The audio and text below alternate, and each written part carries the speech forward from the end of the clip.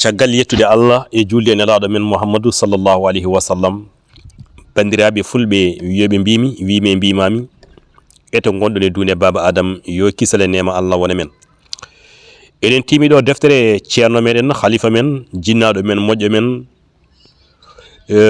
giɗo Allah giɗo nelaɗo sallallahu alayhi wa sallam jinnaɗo men biyeteɗo alhaji boubou sangon e deftere makko wiyetene mbaccoɗen koye men. Ene firano on walla ene yaltina sawto go hono musidɗo mon biyeteɗo Djiby Ba. Ɗum noon eɗen ñagonomo kanko ceernajo o judde balɗe moƴƴude battane yo kisale nema Allah yo woni makko kanko e dendagal wondiɓe makko e kala to mbawi tawede.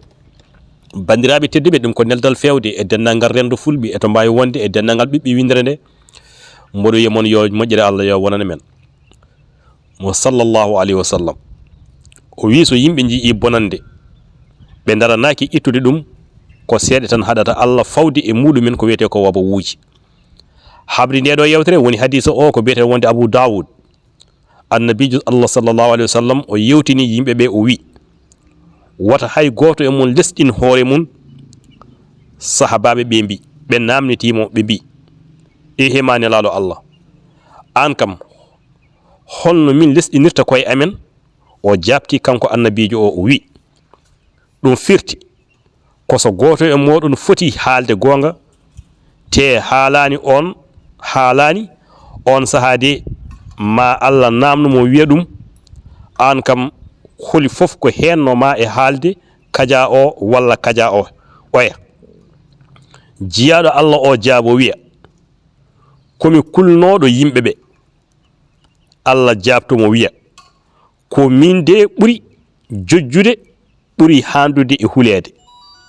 habri hadisa o ko Abu Sa'id al-Khudri yo belemma Allah wone makko sellinamo walla sellinimo ko biyete wonde Abu Maja.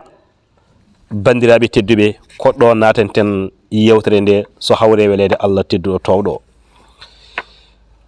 Caggal yettude Allah e nemaji piltinɗi ɗi o waɗi en juuli e annabijo Allah Muhammadu mo jam e kisal ngoni e muɗum keewal julɓe e muɗum. En juule makko kadi fodde keewal bani adama en ɓe meeɗa julde e makko gila fuɗɗode tago ha ñande leydi tagga ɓaara.